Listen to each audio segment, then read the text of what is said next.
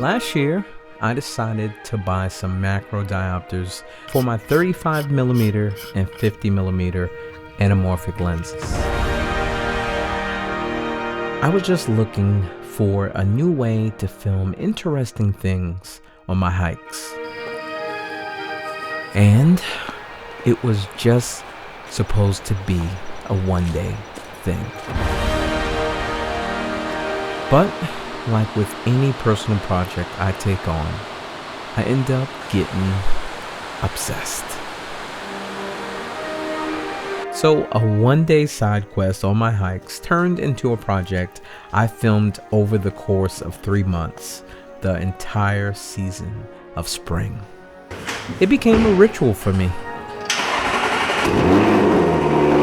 I would wake up early, drive to the lake, hang out with the ducks.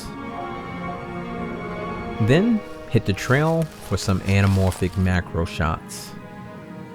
In the early spring, my focus was on the trees. I wanted to catch everything blooming. The trees were fascinating to me. The texture of the bark, ants using them as superhighways, even fallen trees providing cover for wildlife and creating new life. Then, at the end of spring, it was the same thing. Drive to the lake in the morning, film the ducks, hit the trail, macro shots. In the late spring, I turned my attention to the actual trail. My goal was to capture what we literally walk by, step on, and over. There was more to see than I expected. Moss, rocks, wild grasses, ferns, the river's edge. On some of the weeds and grasses I filmed, I didn't even notice there were critters on them until I got home and watched the footage back. I gave myself a hard stop for this project. When spring ends, that was it. The project is over. But I still had 3 weeks left, which was great as I needed time to finish things up. The one thing I had neglected to focus on were mushrooms. I was in luck as it had just rained for 2 days straight. So the last day after it rained, I drove to the lake, early to film the ducks, and then I drove to the trail. And today was cool because I was meeting a friend there. But little did I know, this would be my last day going to the trail to get macro shots.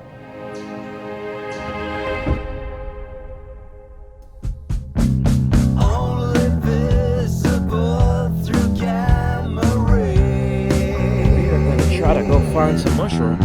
But this is still like a nice, good, comfortable hike though, and not used to seeing the southern terrain and topography, so this is really nice. When my friend Mark told me he was coming to my area, I was excited for a couple of reasons. One, I finally got to show him the trail, and two, to match my footage, Mark brought one of his anamorphic lenses for his camera.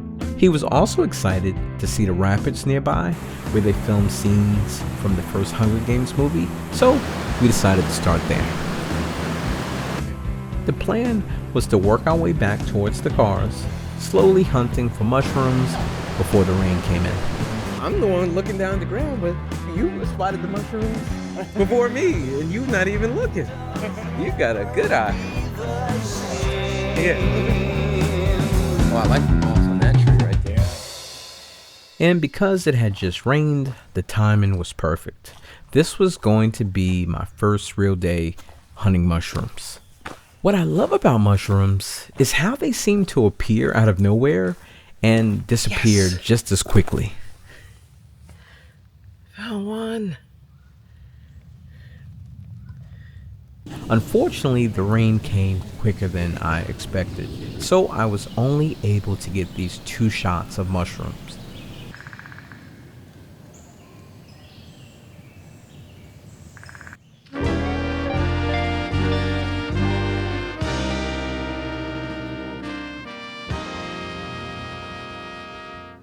Well, the mushrooms would have to wait because the next day I promised Mark I'd help him film a trade show for his company.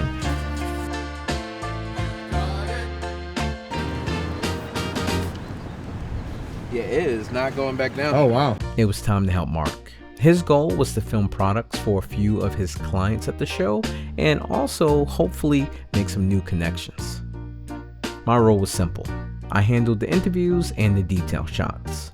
I filmed everything with my 35mm anamorphic lens, and when I needed close-ups, I used my diopters. 1:4 power, easy as that. Has your focus ring in the back. Filming an event like this would be much easier for the close-up shots if I use a regular macro lens.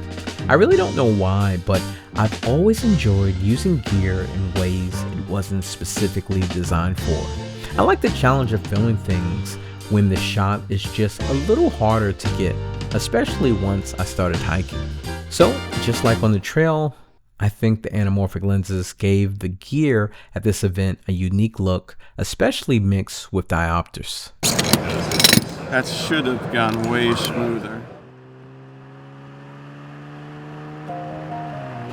The morning after the trade show, I was excited to get back on the trail and finish my mushroom shots. But before heading out to the trail, I did what I always do.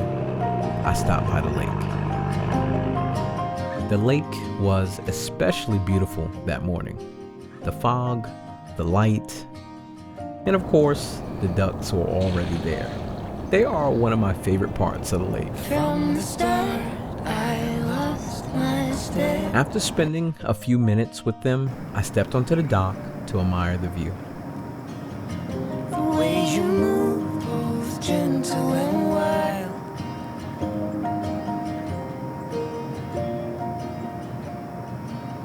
And that's when I saw it land on the edge of the lake. A great blue heron. I'd seen him flying high over the lake before, but I'd never seen him this close. He's beautiful.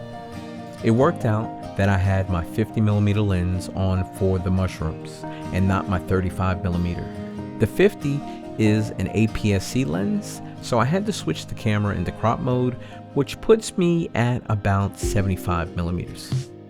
For this moment, that felt perfect because when I saw the heron, all I could think about was getting a close-up shot of this beautiful bird. I also thought, I may never get this chance to get this close again. I can't eat, I can't sleep no more. Haunted by your scent through every open door. But I moved too fast. I got greedy.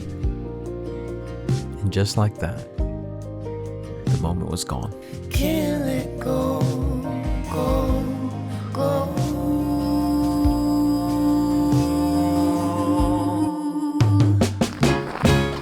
So, I never went back to the trail to finish my macro project. I just walked away from it.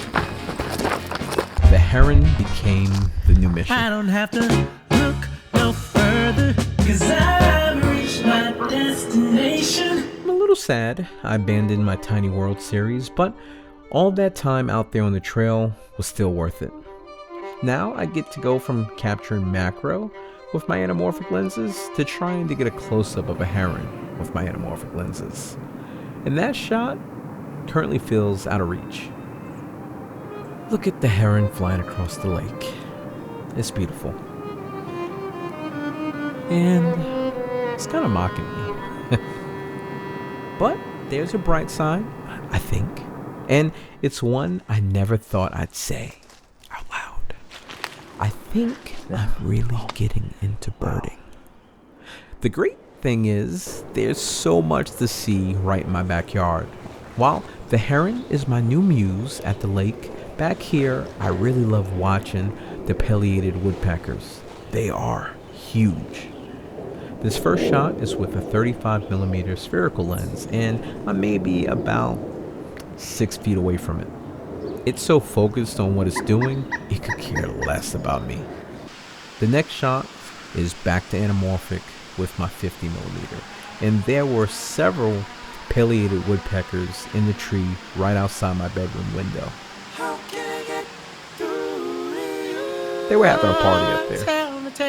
Tell me. How can I get through you?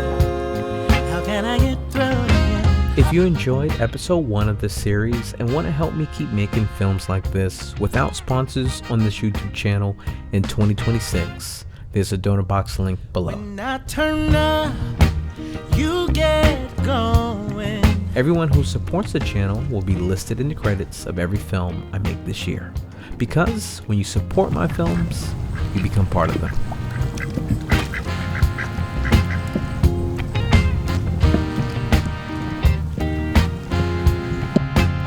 Thank you for watching, and I'll see you in episode 2 of Chasing Heron. God bless.